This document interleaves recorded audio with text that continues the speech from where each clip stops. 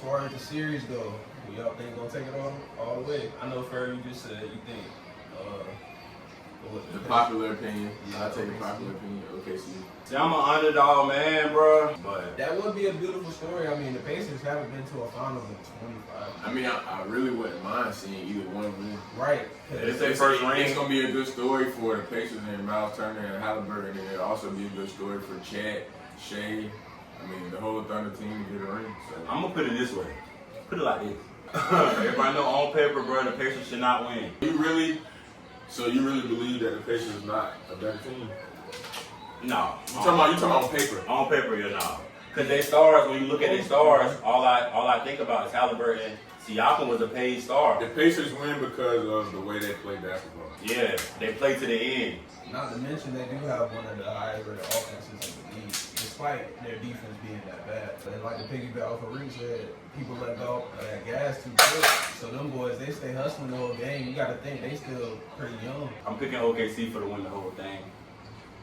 Yeah, I think OKC takes it here. Starting with the Pacers, what do you think they need to do to pull the series out? Halliburton gotta go all gas, no brakes, off the rip. All this playing from behind after the halftime, it ain't gonna get it done. So you saying they need to go ahead and get on them early, take the lead early, don't play. Halliburton need about 40 points. He need about 40. 30, you can win with 30, but all that 25, your star player, it's not gonna happen. Siakam, he's a star, he might be averaging 20. I feel like stars need 25 plus. Off of that Siakam statement, I feel like this series he's actually been like helping to win games. In some of the highlights I looked at, I noticed that they kind of use him as an ISO player, and he really get like good production. Is that what you're talking about? He got this one spot. I think if you're looking at the goal, really the left side, like that left to like straight up, and he attacks that rim and he shoot that fadeaway. Yeah, fadeaway. Like, they definitely got a lot of production out of Siakam now. Could he give you a 30-point game? Sure, but I feel like they don't really even need him to do that much just because. Like, I mean, when you think about it, bro, the Pacers really do got a good roster, though. I mean, they got Miles Turner, they got players like McConnell, they got Halliburton, they got Nimhard and them. They show up. They show up. Martin, they show up, bro. Yeah. They do. They actually show up. Now, and of course, just like every other player, just like every star in the league, they have bad nights, but. They show up, bro. So that's really why the Pacers are where they are. We got the world got to stop looking at the Pacers like they're not supposed to be here because they just got names that ain't as popular because they smaller franchise teams. Just like a few other players you can name across the league. You know what I'm saying? It's players that's playing real good basketball that's not really fan favorites or not talked about just because of where they are. Halliburton was one of those players beginning of this year. Yeah, and he started getting a little bit of traction last season. And shout out Rob 49 for that damn song. Yeah, you better shout him out, Halliburton. Okay, and you were doing your thing already, but that what the hell yeah. Turn them straight up. But I guess I'd say as far as like stuff they can work on, Miles Turner needs to show up. I mean, he ain't really been having the best of the series. He's shooting the ball way too much. I feel like he needs to get down low and get gritty. I always like Miles Turner. I'm one of those people. I paid attention to the Pacers a lot at LeBron time. I always knew that Miles Turner was good at what he did, but at times it was just silence. Like I didn't really hear too much about him. I'm guilty for not fully paying attention to the Pacers though. Because we can definitely go back about I say 2-3 years, kind of like you said. But Miles Turner was really a name that was like had some weight to it. Yeah, but I still don't think he's a bad player at all. He's definitely a bad player. He's still a top. A lot of teams would love to have him on their team. How Miles Turner playing right now is not the Pacers not going to win. We can switch to OKC side now. So what do y'all think needs to happen? Shea and his free throws, which he live and die by. So you're saying if that don't work, it's over for him? Not necessarily because they so star-studded. I've seen Shea go to the corner and Jalen Williams bringing the ball up the court and Jalen Williams the ISO, and I'm like, is Shea tired? What's going on? But Jalen Williams really can do that. Yeah. You got Chet doing the same thing. ISO, come on, bro. If I was 7 foot, I wouldn't want to guard him. He's slim, he can shoot it, he can drive. And then Hartenstein, if Miles Turner play like Hartenstein, just rebound the ball, if Hartenstein ain't got a layup, he's looking to pass that thing out, screen and roll again. If he ain't got no layup, Miles Turner want to jack that jump. Hartenstein that's what them OGs like.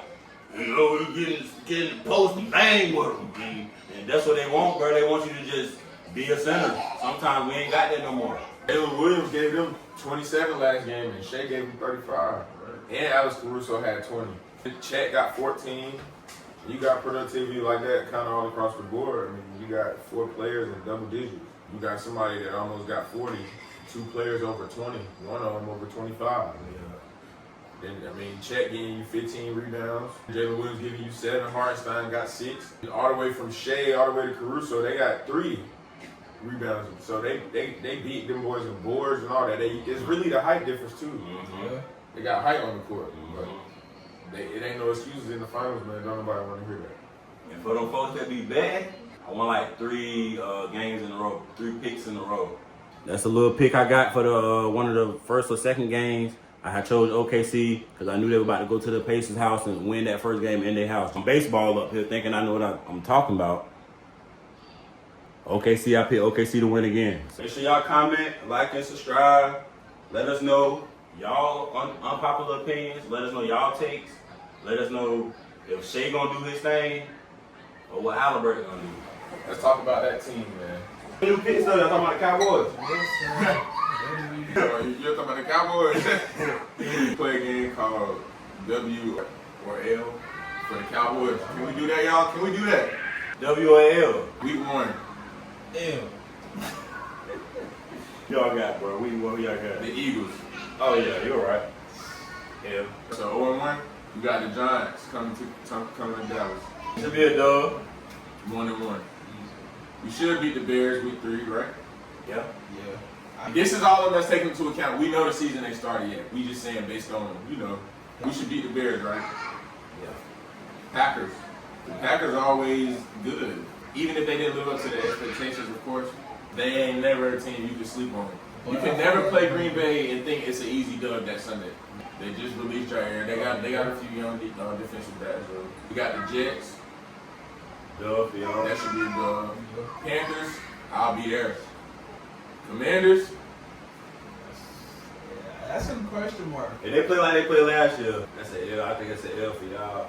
This new George Pickens addition, then the new, not only that, the running backs that we done added. I mean, I ain't saying like we have one super standout, but I feel like Dak gotta play better. It's in his hands more than anything. Yeah. Broncos on the up and coming. We play them in Denver. I think we're gonna beat y'all boys. I love you though, Bo. I love you, Bo. And Troy. Y'all my boy. For some reason, every time we play Arizona, something weird happens, bro. There's something in the air in Arizona. They come to us this time, but every time we play them boys, it's something, bro. Should win, but what was it? It wasn't last season. It was year before last. We went to Arizona and lost. I think we gave up so many rushing yards that game. Then we got the Raiders. Then we got the Eagles again at Dallas. I give us one against Philly. I feel like we'll definitely be one. It's gonna be a lot of intensity in that game, bro. Just because like we already a rival and both teams are. Of course, Dallas get the offseason hype anyway. We already know what Philly gonna do. So we just not biased. Like, oh, we gonna win.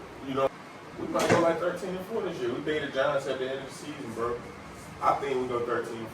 Now, we might lose a couple of them games that maybe the Eagles, maybe the Vikings, maybe.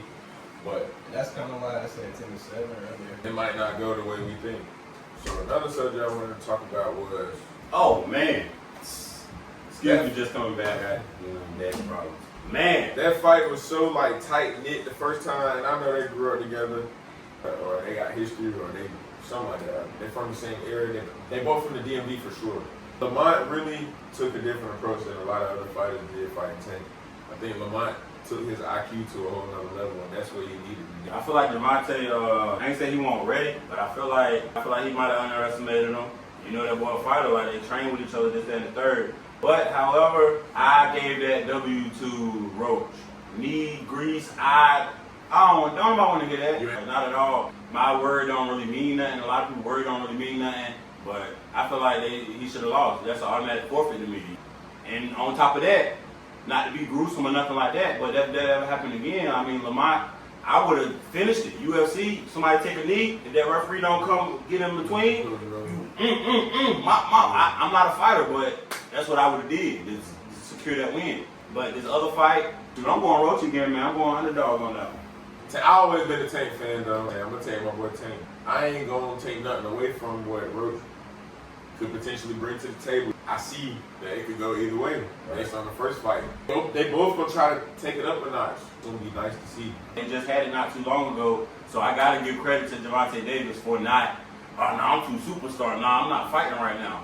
You gotta give me a whole nother year. He was like, nah, you want a rematch? We can do it. Like, that's big ups to him for that. Like you said, I feel like Lamont was so disturbed at the fact that he felt like he deserved that win. So he was just like, I gotta run this back ASAP while it's burning in my chest. I got to get that. I got to try to get that.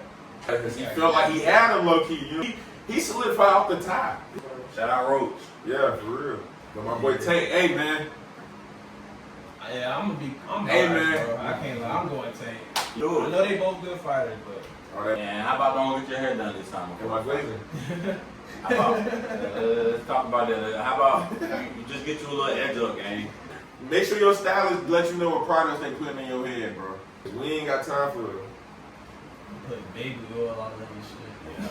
Yeah. Y'all boys better fight, and I don't want to see no draw, bro. We ain't got time for it. If I see a draw, both of them losing y'all a little bit of credit for me. I don't care. I'm a non-fighter. I ain't gotta. If y'all want to fight me, it ain't gonna happen. Ever. So don't even talk me, cause I'm gonna be like, I know. If I was gonna act like I was on your level, or I could no. Nah, I'm just gonna criticize. Criticize. We ain't talking about us. Hold on. It ain't really current at the moment no more. Anything they still posting and stuff, a lot of people still talking about Shador. Oh yeah. He shouldn't have failed that late in the draft. We all know that. If his stats are anywhere near anybody that had a decent line, bro, he should go in the draft anywhere around them. But y'all using his name for a lot of clickbaits and a lot of stuff on Cleveland page and all of that stuff. Like, y'all posted that man like 10 times. I scrolled the page, yeah, I'm on y'all. And he barely throwing any picks at practice. Everybody else, they throwing picks. Their completion rate is not where his at. I would have just took Shador in the third round. Yeah. I'm just saying. They're not for real. And had another pick for an asset that I might need. Because Dylan Gabriel is a decent quarterback, but I ain't gonna lie, I seen a little bit of turnover issues sometimes in the red zone. It's like when that field shrink for a lot of quarterbacks, that's when they the most. Yeah, and that, I mean, I love Dylan Gabriel. Though. Like I said, he was great at Oregon. I mean, he still had a college record. Yeah, phenomenal. He had a great college career and all that. And I mean, he can throw the rock for sure. I just feel like they be a little biased and stuff, man, on Shador because of who his dad was. You see Prime old stuff. Prime rap. Shador rap too, but Prime had videos, girls, money. They mistake. They mistake Shador doing this for cockiness. That's not cockiness. If y'all know what cockiness is, he's just confident. Go look at Travis Hunter. Travis Hunter gonna get up, he gonna catch the ball, he might get up and point to you and dance on you like that or something. Shador don't even be doing that. Right. Shador when he gonna complete his pass, if it ain't a touchdown, he going jog down the field, line back up on the goal line, on the line. If you ask me, that's not cocky. I think Shador is just like a confident man. And Yeah, I feel like but he's classy to me. The way he approaches his interviews, I feel like he's professional. Bro, I don't feel like he's in there like acting like he don't care. I don't feel like that's what he's in there doing. His gram, all of that, the way he moves. I know he got the big chains and stuff too, but bro, y'all all the players do that. Exactly. It's players that didn't even get drafted yet that done came in the draft the last 10 years with chains on. Zeke had a crop top with his stomach out. Like, players being confident. What's wrong with it now? Just because it's Shador and he made a song and doing this. It's his daddy. They don't like to see somebody. They got a YouTube channel and stuff like that. Yeah, they don't like to see somebody dad. I'm gonna go ahead and put it out there. I don't like to see a black father succeed. It's the same way with how people was giving Bronny a bunch of hate. So what if he just be a subpar player? So what? Right. Like, he got athleticism. He belong somewhere at that level. Somewhat at that level. But because LeBron his dad, and everybody said he wouldn't have been in this position if it weren't for LeBron. I mean, granted, I kind of feel like that too. But some of the agendas and bias, like topics and stuff that they were saying, is because of LeBron with his dad, and his dad is successful as ever, like probably the greatest ever, most successful ever. And I mean, I guess I get it. Like some things are just human nature. I guess. I understand the hype around it and why people would clown the like I get why they would clown or troll on the internet when LeBron didn't make the expectations they wanted him to make. I mean, Bronny. Like, so we just live in that era where people they're gonna troll whether it's wrong or not. Like, some of them people probably understand, okay, Bronny, bro, give him time, or he left college early, or he did go through something, whatever. It don't matter. Whether you say it's no excuses or not, people's gonna troll. And of course, he LeBron James' son. He the first one to make it to that level. So when people see Bronny not dropping 25, they like, what? Bronny, ha. It's like middle school. You know what I'm saying? It's like high school or elementary school when you just ha. Like, you know, it's one of them things. Right. So what y'all think about what's y'all prediction on Shedeur season? My boy need to do good, but if he don't, I'm gonna just be like, I'm a realist at the end of the day. I'm gonna be like, he got behind the line, a good line, and he wasn't really that good. Okay, I mean, I would come back to this podcast, I would replay this podcast and be like, hey, he got to a better line. I thought he was gonna do this and do that, and he didn't. That should be all it be. People should be more real about their opinions and going back on their opinions and be like, that was just an opinion. For all y'all Shedeur haters, don't be them highlight watchers.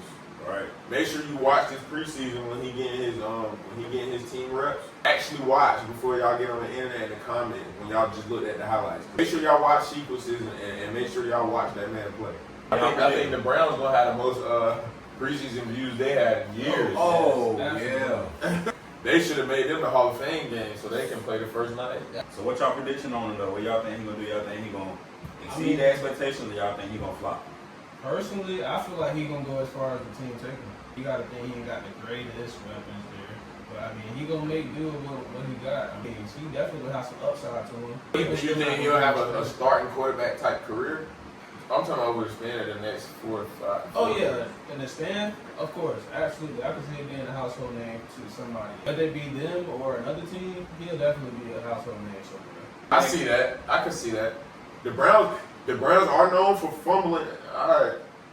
The way that man carried himself, he was trained with Tom Brady, trained by Tom Brady, whatever. And I mean, that is shout out to Dad. So what? I mean, he got connects. He's poised. I don't ever see him getting frantic and throwing 3-4 picks a game. I feel like he throw 2, he might shut them down and throw 5-yard passes and just take the loss. I don't think he gonna just keep Josh Allen in. I don't think so. And I know we touched on a lot of topics. Like I said, leave stuff down in the comments so we can know how y'all feel. Like, comment, subscribe. My boy RIQ, my boy Huncho, yes, sir. Your boy Ferbo. 3 POV'S podcast, man. Tap in, man. Tree. Let a nigga get inside. Yeah. Gotta wear a seatbelt when you ride. Yeah. I'm keeping my Jimmy on tight. Yeah. I can count that shit with no eye. You kill my partner, we ride. Little nigga, we ain't let shit slide. Y'all niggas ain't letting shit die. Yeah. Hit a nigga bitch outside. Then I put up the V-Live. And we had them sticks outside. Drinking on lean, on tide. Y'all niggas can't join my live. I ain't giving no high five. Y'all niggas fucking around and be wide. Yeah. Drop head phantom on me. Whole lot of hundreds on me. Whole lot of rubber bands, nigga. Fuck a rubber band, nigga. Whole book bad me. 10 M's, yes sir, ski. Whole lot of hoes, they ski. Cocaine white like tea. LA hoes on deck. 30 rounds hanging out the tech. Y'all niggas rookies, I'm a vet. Put a pee hole through your neck. I just wanna talk about a check. Made a quarter ticket about a vet. Savage still popping them sets. We were charging 10 for a verse. And I want 10 for a verse. Fuck that, nigga.